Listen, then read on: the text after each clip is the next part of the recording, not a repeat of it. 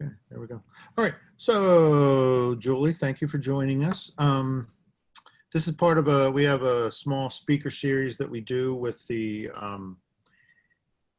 Hampden Writers Club. The Hampden Writers Club is we're a little group of writers. We've been meeting for about 10 years. And I'm always trying to think of ways to, um,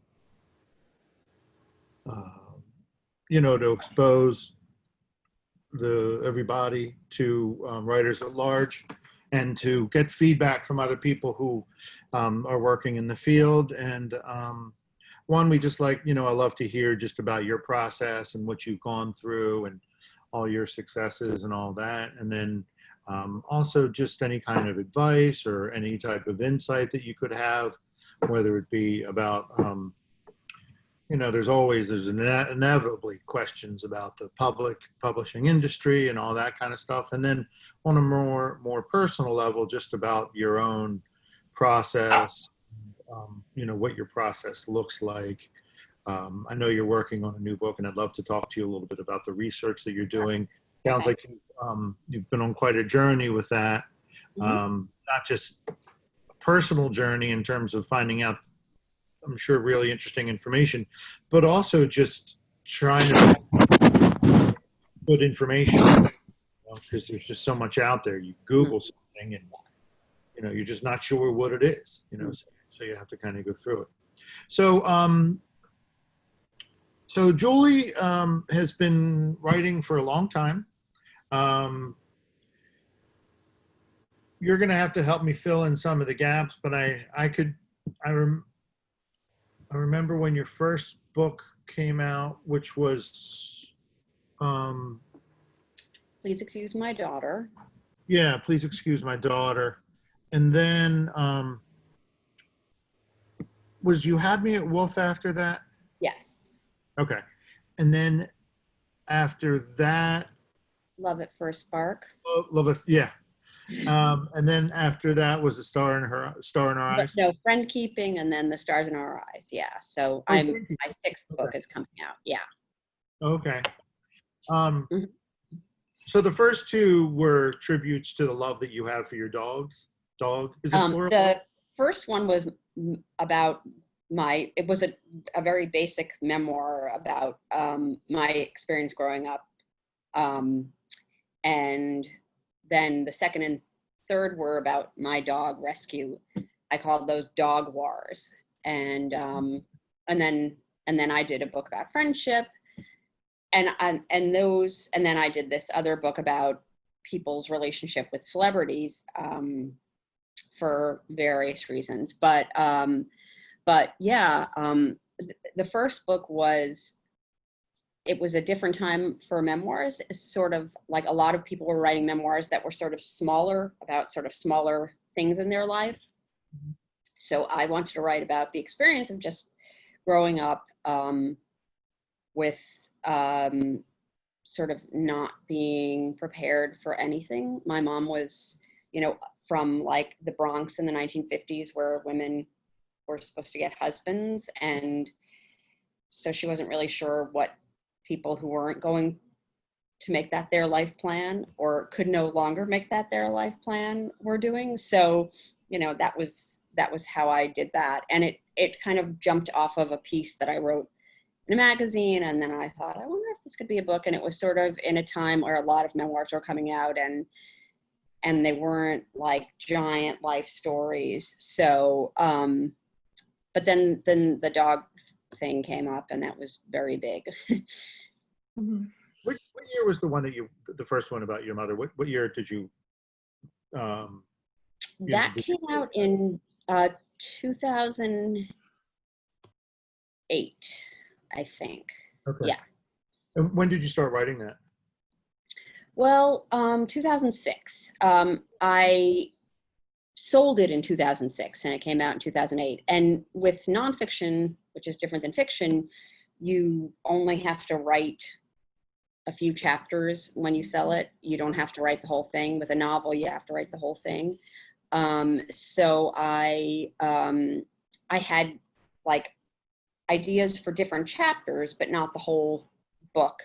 But I put together a proposal and blah, blah, blah. And then I ended up selling it and writing it. Right. And prior to that, you were writing for different publications. Is that when you were writing for? Yeah.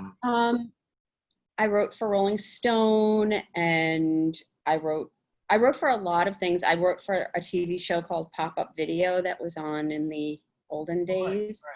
Yeah, that was I went to, yeah, so I did that. And then I wrote for a lot of magazines, and, you know, sort of wanted to segue into, you know, doing a book. When I was selling my first book, I had a 2.5-year-old, and I really wanted to find a project that I would be able to be home. Wow. And not be going to an office. So that was like a weird side thing, which ended up working out for a long time. Right. So were you a freelance writer when you were working for the publications, or were they actual? Yeah, Okay. I was a freelance writer. When I worked for Rolling Stone, I was like a sort of a full-time stringer. So that's just like everything that comes up within this sort of realm you go and do. But magazine writing, that kind of magazine writing, which doesn't exist anymore. I mean, Rolling Stone does. Right. But yeah, I was just going to ask you about that. If those magazines don't exist really much anymore. But and jobs like that certainly don't, right? Yeah. You were really like having to write. It was like business writing, almost like you have to write in their style, the kind of things. And that was sort of really figuring out what they needed. And I wrote a couple of essays. I wrote an essay for Glamour magazine about, when I was like in my late 20s, I dated this mafioso guy, mobster ex-convict. And it was kind of funny. And so I wrote an essay about that, and that ended up going in my book. And, you know, and then I realized I really liked doing essays much better than, you know, writing pieces about Bon Jovi. What did you intern with Letterman? I did. That was in 86. Yeah, I remember that. And you still, I mean, you still keep in touch with some of the people that you work with, don't you? Yeah. Two of the writers are from back then are my closest friends. I interned on Letterman when it was an NBC show, and then I worked there for a little while after that as a writer's assistant. But it was while I was in college, so then I had to go finish college and then try to figure out what I wanted to do. I was at NYU Film School, and I really didn't have any idea what I wanted to do at that point, but I figured everything I was interested in was storytelling, so I knew I wanted to do something like that, yeah. So I mean, I don't know if there's like a master plan for you or anything like that, but you've really been able to you know, carve out a really interesting niche career-wise with what you've been able to do. I mean, was this the plan, Julie? Did you like set out to do all this exactly the way? No. And you know, I had always been interested in narrative nonfiction. Dog barking and all my things.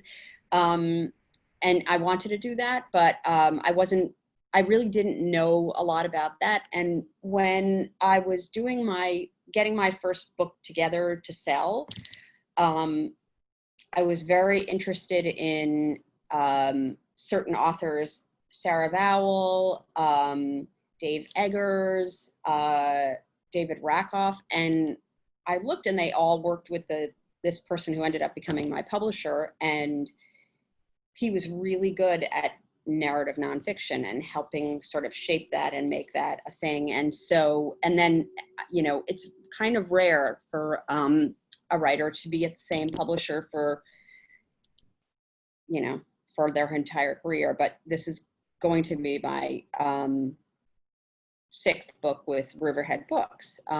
So, you know, that worked out. how does that work? So where does the agent fit in when you have a formula like that where you're working, with? Well, I mean, for the first one, she makes it happen. And for every deal, you don't want to be making deals with your editor or your publisher. You want to be acting like you don't care about that and off on the side. And she does all of that. And she can be a hard ass, and you don't have to act like you even know what's happening. Right, right. What? That's funny. Have you worked with? I've done it for free. Have you worked with the same editor on multiple? I had an editor for my first 4 books, and then she went and became the editorial director of Echo Books, and now she's actually the publisher of Flatiron Books. And so, but I really liked my publisher so much, not just the publisher, but the publicity and the marketing. I mean, when you're doing a book, it's a very sort of collaborative effort, and all of those people are really important. And I really liked where I was, and so I ended up just staying there. I mean, I was under contract when she left, so I couldn't go then. And then I did a book with my new editor, who edits Anne Lamott and Marlon James and James McBride, very big variety of authors. And we worked really well together. And I was like, probably not a bad thing to switch editors in your lifetime, because it's like you sort of know the dance you're doing with your editor. And then it's good to have somebody who like says, well, try putting your, you're like over there. Anyway. It's so funny. I never would have put you in the same category with, Junot Diaz. A brief history of 7 killings. Yeah, no, I mean, it's the publisher. Riverhead Books is they're a literary publisher. They do literary fiction, literary nonfiction, and so that's the sort of connection. It's and they're really, really good. I mean, I'm very lucky. And recently, Emma Straub's new book, Emma Straub is a Riverhead writer, and she has a new book out. And the business, like everybody else's business, has been really hammered since the pandemic. And so anybody who's doing well and making money, it's just huge. So that's interesting. So on a personal level, how do you know which project to pursue? It kind of sounds like, I mean, do you often have more than one project, sort of, maybe not that you're necessarily working on it, but an idea for a project? With a book, it's like, you have to be with it for a few years, with a nonfiction, and, fiction too. You have to find something that you really want to hang out with for a while. I've been, the book that I have, it's coming out next summer. I've been working on for a few years, and I started working on it when I was finishing the last book. And I only do that because I need money. It's not like a great plan. It's just because once you finish a book, there's a lot of stuff in the production that happens. So you can be writing a new book and getting paid, and that's important. That's funny. So from the time you finish a book, how much time usually goes by between the time you finish it and the time it actually hits the streets? Well, it used to be, it could have been like 6 months or 8 months. And in the last few years, it's been like trying to park a 747 in like the Safeway parking lot, because there's so much that happens. Everything moves very slowly.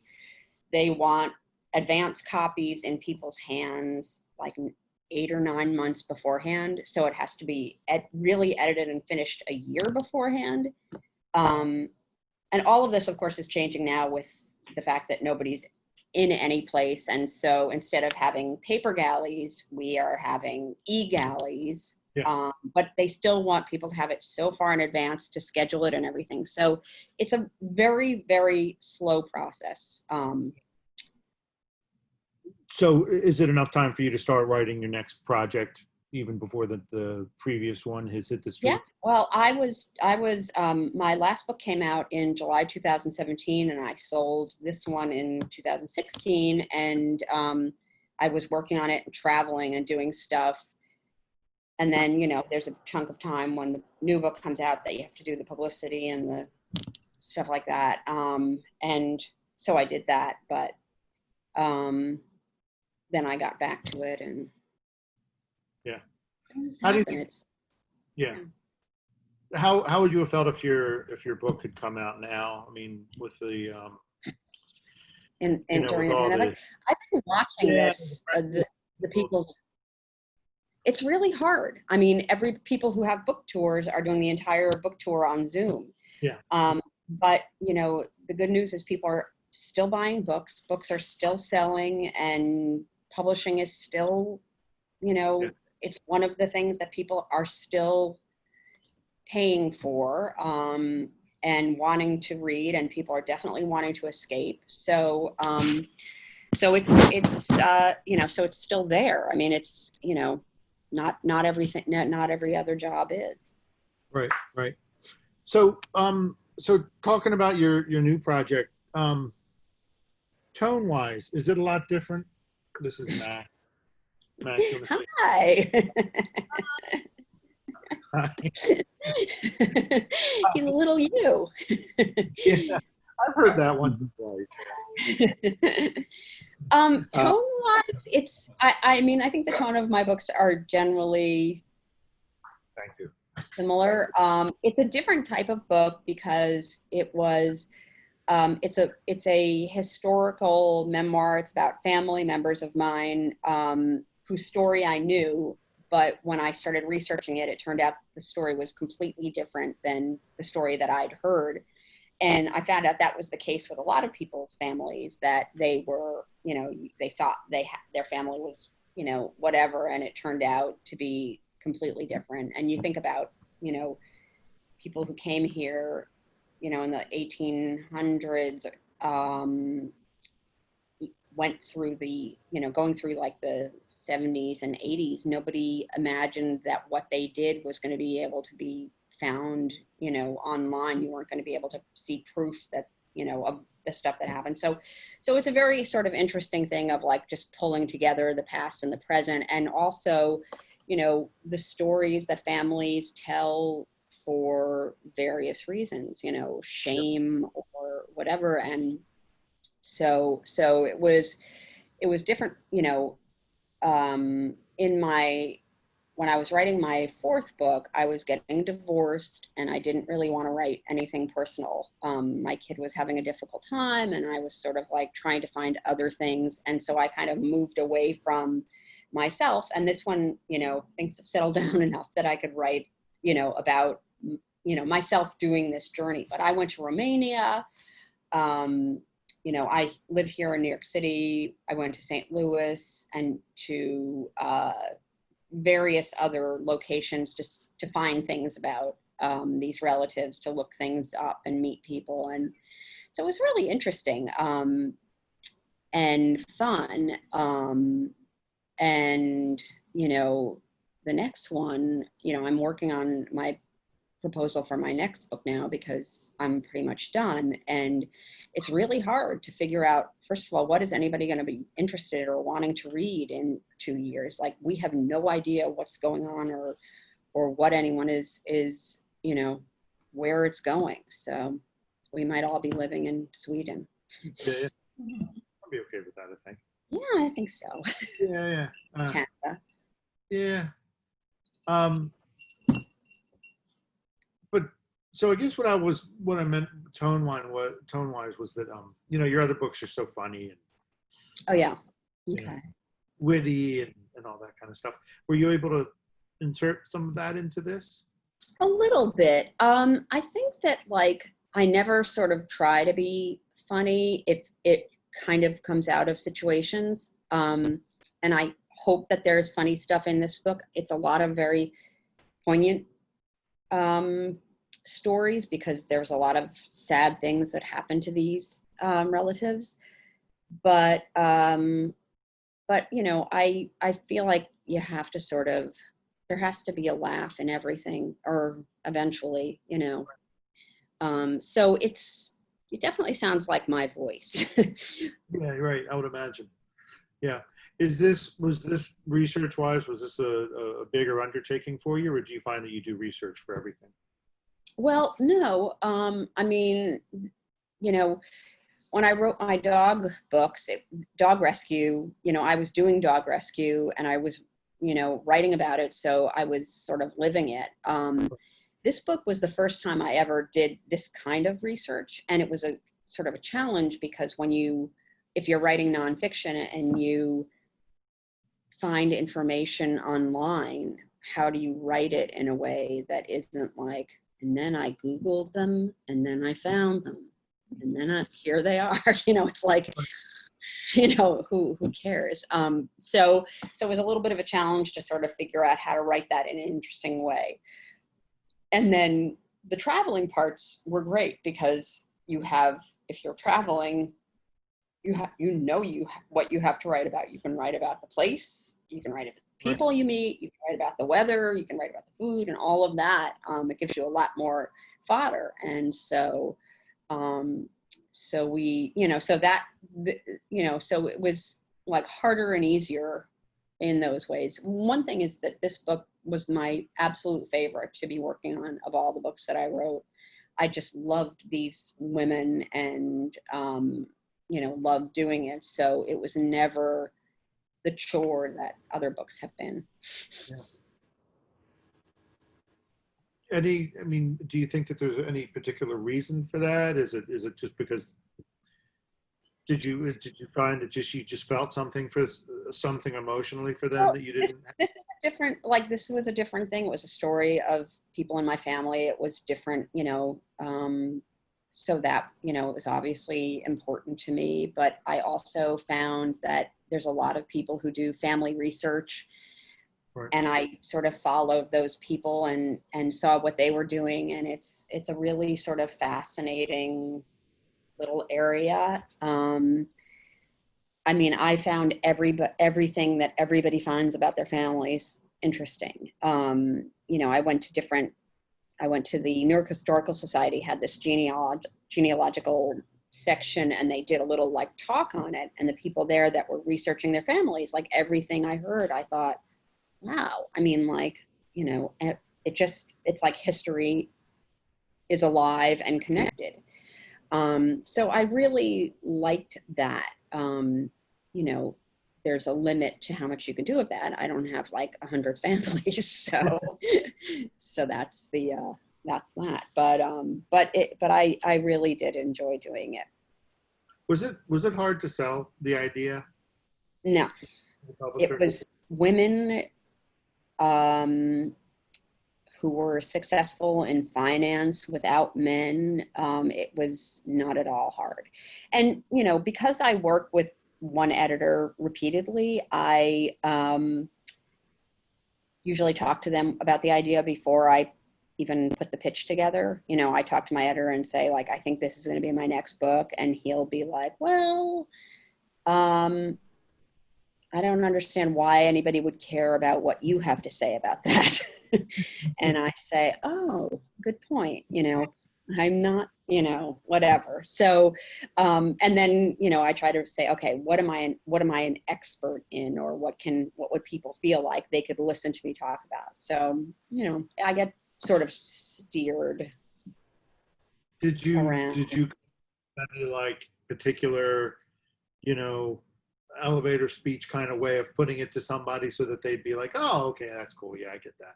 Oh, I did, but I don't remember it anymore. And I am terrible at that. Like, I feel like when this happens all the time, where I pray to God the person that I'm with knows what my book is about so that they can describe it, because I start like describing it like and the people have, you know, fallen asleep or, you know, died because it was taking too long. I'm not a good sum upper. It's very hard. It is. But, and then somebody else says it and you're like, that's exactly what it's about. That's perfect. So, Yeah. yeah. You know, when you have to write, you know, some kind of a summary or something like that, it just it's like you spend all this time writing the book and then you have to like break it down into like 2 or 3 sentences that are just gonna like make everybody be Yeah. like, oh yeah, I get it. It's There are, almost like 2 different there are worlds. people that are really Yeah, good at that. Yeah, I'm yeah, not, but yeah. I It's admire a the ones different who can. no. How so for stars in our eyes, how did you you know, how did that whole thing happen? Well, so that was like at the peak of, um, I had finished a book, the friendship book, and I talked to my publisher and I said, I do not want to write about myself. We have all these things going on. And one of the authors he publishes is John Ronson, who wrote, his most recent book was So You've Been Publicly Shamed, but he wrote The Men Who Stare at Goats and a book called Them and The Psychopath Test. He's a very, like, he goes into these sort of nonfiction-y things. He's this British guy, goes into nonfiction, you know, he goes into a story and he just sort of rides the journey. And so my publisher said, well, why don't you do something like that? And a topic that you're interested in. And I was like, I like, what could I write a whole book on a topic that you're interested in? And every time I thought about writing this book, I would like start Googling, or I would go on the internet and like look up, you know, some celebrity, or, you know, you sometimes see like a link to a celebrity thing in a thing you're reading and you're like, what is that? Or somebody's trending. And I thought, I keep going down these rabbit holes of these people. I barely know who they are or care about them, but it was, and especially, you know, when you're getting divorced and you have a kid and you're broke and all those things, you're like, so those celebrity stories, they must be doing so much better than me. And I was really interested in it. And so I thought, well, maybe we could do that. And it was a very fun book to write because I talked to some, you know, some celebrities, and I also talked to like psychiatrists and all sorts of, you know, to talk about that kind of thing. And I got to be on the Tonight Show and talk to Jimmy Fallon, and though I think he was disgraced this week again, but Yeah, I watched you on that and I was so excited. it was I don't very know. fun. Yeah, Yeah, it was very fun. I But anyway, it was so it's cool to see you. rare that you write something, a book that sort of hits in that world. So I mean, I don't know of that many writers that end up on the. yeah, It's not just, no, but you know. yeah. One of the things that you said really struck me, Sorry. What was it? one of the things that really struck me that you just said was, you know, this relationship that you have with your publisher. And I don't know if some of the other people in this group picked up on that, but, you know, I guess I can't even fathom having a relationship with the publisher. You know, that seems pretty cool. Um, is there a downside to it, or is it actually pretty cool? Well, I mean, I think having one of the things about what the first editor I had worked with Ian McEwan and the writer, and she actually worked for his editor, and they weren't sure if the book was going to be a success. And her editor, who was Nan Golden, who was a big publisher editor, said, well, if it's, you know, we're investing in him. So that was like a significant thing to me. And my editor, when I wrote my first book, you know, it got well reviewed. It was reviewed in the Times and I got a lot of press, but it wasn't, it didn't sell 1 million copies. And he said, well, if we don't hit it with this one, we'll hit it with the next one. And it did. This next one did hit, but there was this sort of magic about that is not very common. Right. You know, I've seen people bounce from one to another and they go based on money, and I wasn't going to do that. I mean, I could have gotten money if I had bounced around, but I would have been, you know, on my own. So Right. yeah, it worked out. So So it really is a relationship. It's a two-way street with the relationship. It yeah, sounds. and you work hard for them. And, you know, I also review books for the Times and People magazine, and I try to, you know, keep my antenna up for, you know, for all the books of the people that I know. I mean, they tend to do good books, so I want to review them. But Right. that's a thing. What's the last review you've written? Um, it's a book that's coming out in July, called Hieroglyphics by Jill McCorkle.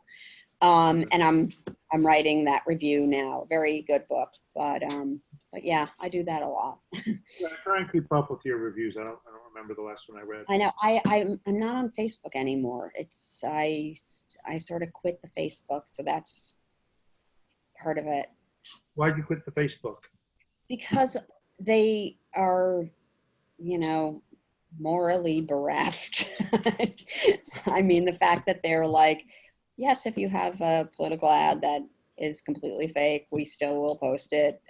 It just felt not very good to me. So that's why. How do you feel about this whole thing with Twitter? Do you have an opinion with I what's mean, going I'm on Twitter, but I mean, I think, you know, I mean, I don't know if it's a thing that you've talked about platform. I'll tell you all that it doesn't really matter. I mean, you can do that if you want to, you know, be on social media, but people are very successful without being on social media. So I'm on Twitter because I'm like a news head. So that's all, but it's, you know. So say more about that, about the, you know, not being on social media. Well, I mean, Because when a lot of us about feel like like, or we have to get our whatever out there. Our work, our yeah, I name. mean, that was a thing, like, I would say like 7 years ago, they said to everybody, every writer, you need to have a platform, a blog, you have to have your stuff in a place. And then it really turned out that it didn't make any difference. I mean, somebody could have 100,000 followers and still not sell a lot of books. And so they finally sort of stopped saying that, which is good because, you know, you really want to focus on who is good, whose work is good. And so that sort of fell out of favor, importance, whatever. You have any insight or any advice on how, you know, for a young writer without representation, how to, you know, how to get their work out there, how to find an agent, all that kind of stuff? You know, I think that like, if you're writing, if you can publish anywhere and you have something published and you work with an editor on pieces that you feel like are good, or if you're, you know, working on, you know, short stories or whatever it is, it's much, uh, it's not like it's easy to get an agent, but it's definitely, if you're good and your work is good, you'll get attention. It's not like being a movie star where you have to be, you know, 1 in 1 million. There are a lot of people who are discovered by just sending a submission, you know, into an agent. You know, it's important if you're looking for an agent to make sure the agent is somebody who represents the kind of stuff that you do. You know, it's a really good thing to know the kind of writing that you do. They say comp, like your writing is comparable to, you know, whoever, and then sort of look at who's representing those people, or and then, you know, sending your stuff, and Right. that's important. Right. But it's possible. It's much more possible. I mean, Right. everything now is, you know, obviously shut down and horrible, but I'm assuming it'll all come back. Yeah, I mean, I don't see any reason why it wouldn't. I mean, everybody says it, you know, people are still buying books, writers are Yes. still signed, Yeah. you know, Yeah. agents are still working. You know, Hmm. I mean, I think, you know, we're in a hold pattern. We're not in a stop Yeah. pattern. Yeah. Yeah. I think that's true. Yeah, it's going to get back. All right. At this point, would anybody like to ask a question? Does anybody have anything they'd like to ask Julie directly? I wouldn't mind asking. Oh God, Mark. Mark, I have a question. Why haven't you upgraded your cable service? Talk to- A question. Okay, Is it cutting out? a little bit. You made me forget my question. Well, I'm sure we'll work on that, but I'm more concerned about your cable connection.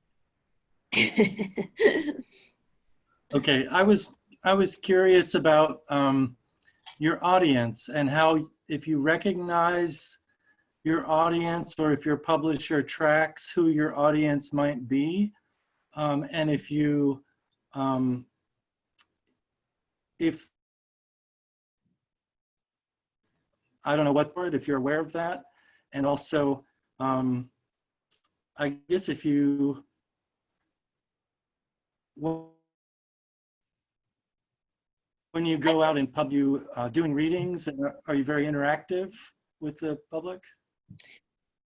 Yeah, I mean, I think as far as tracking your audience, it's more of their job to target where your audience is. They have to figure out sort of, you know, where they think the most of your readers is going to be, and are going to be, and then they, you know, try to get your work before the book comes out in places where those people can see it.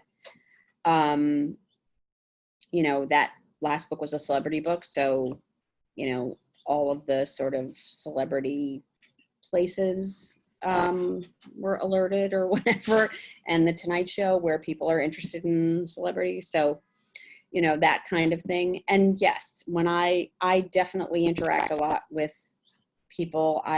You know, I think it's, you know, after a very solitary writing period, it's really nice to be around people and talk to them and hear what their thoughts are about everything. One of my favorite things about my dog books was that all I did was look at people's pictures of their dogs after in that publicity. It was great. Some people even brought dogs to the reading. I think I once heard Frank McCourt talk, and he said that interview with his publisher was actually them evaluating whether or not he was personality. Yeah, I know Frank. I knew Frank, and he was an unbelievable storyteller in person, and you know, anybody evaluating him would have to, like, you know, bow down at his feet. But yeah, I mean, not every writer likes to talk to people.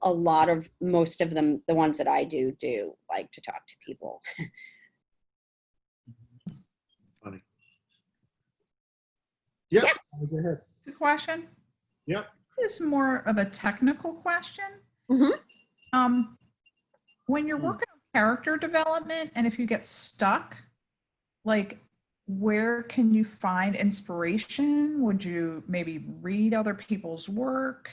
I'm kind of. I think, is that what you feel like you get? I think reading is amazing for writing. I also think, like, observing people, which you really can't be doing at this point, and using experiences that you've had, the kind of people, writing about people that you've met or know or grew up with, is really helpful. If you pick a character, or if you're writing about a character that's very different than anybody you know in your life, then researching,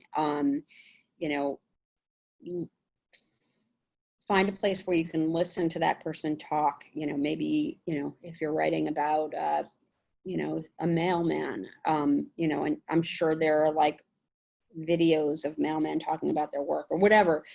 So you can get a very authentic sort of, voice, and it's like fiction is sometimes more real than nonfiction. People, really are writing about people they know and have met and dealt with and everything. And so, yeah, it's I mean, everything is harder now, but if you're reading is great.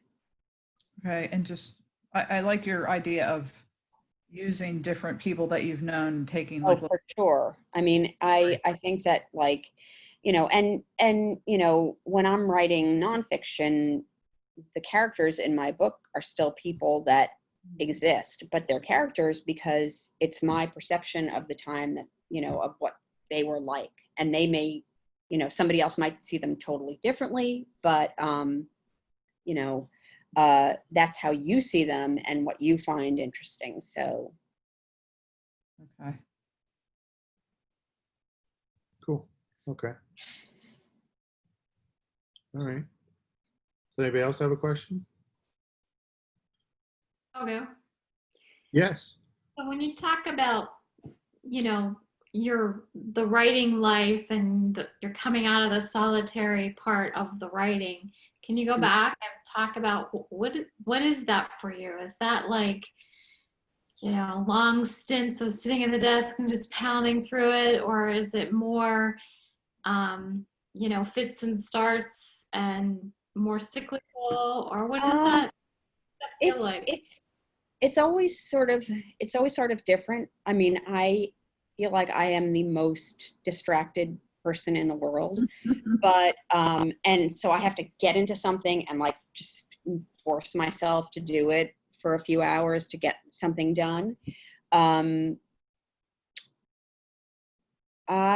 can write with a tremendous amount of distractions, but not everybody can. I think everybody has to find like a place for themselves.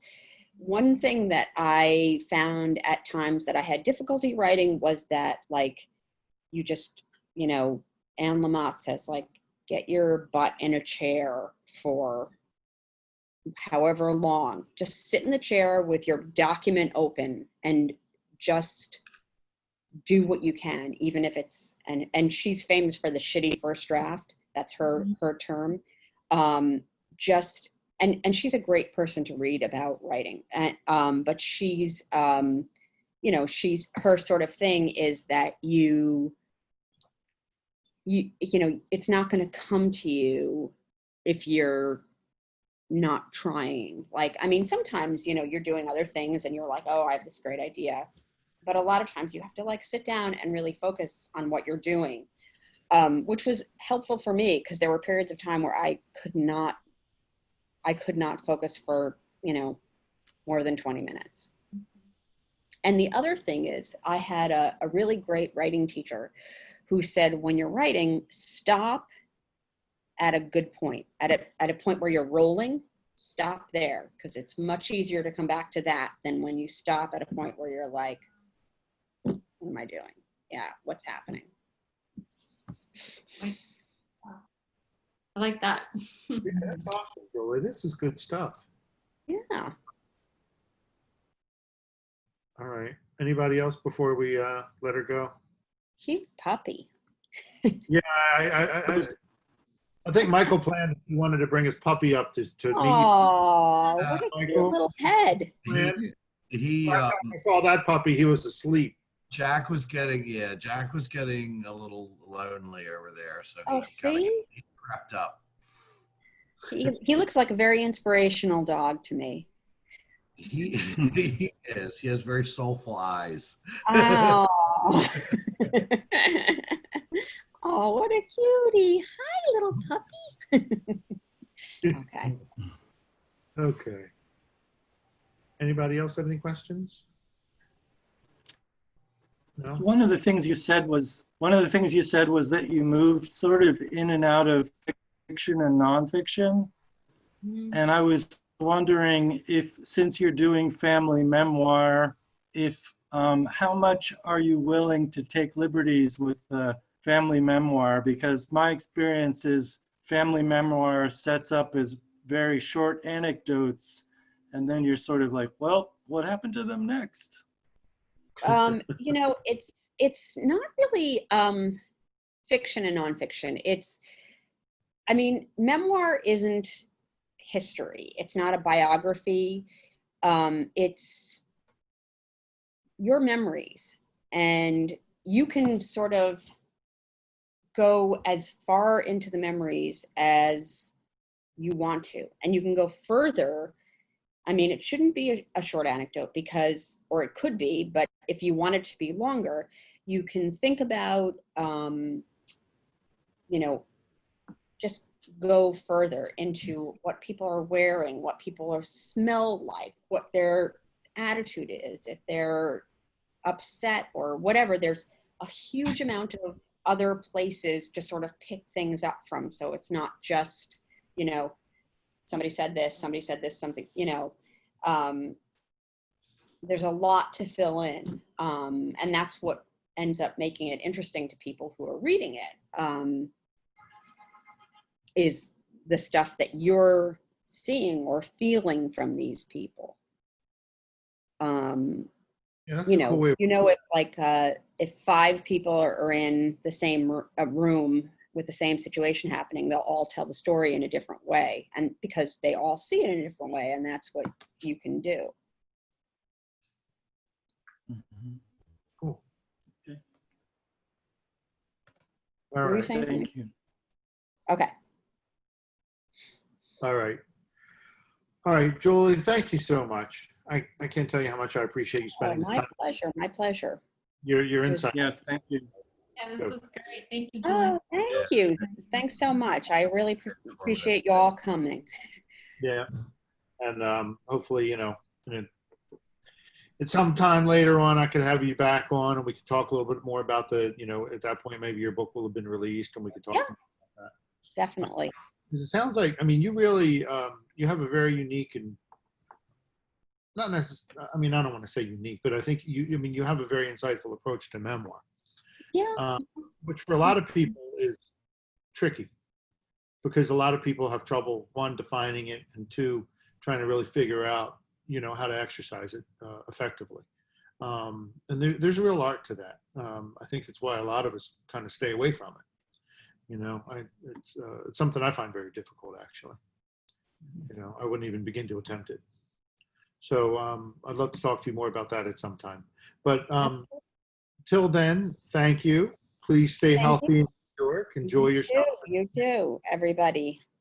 Thank you. Bye. It was great to meet you all. Thank you. Bye. Wonderful to see you again. You too. All right. Bye. Bye-bye. And stop recording.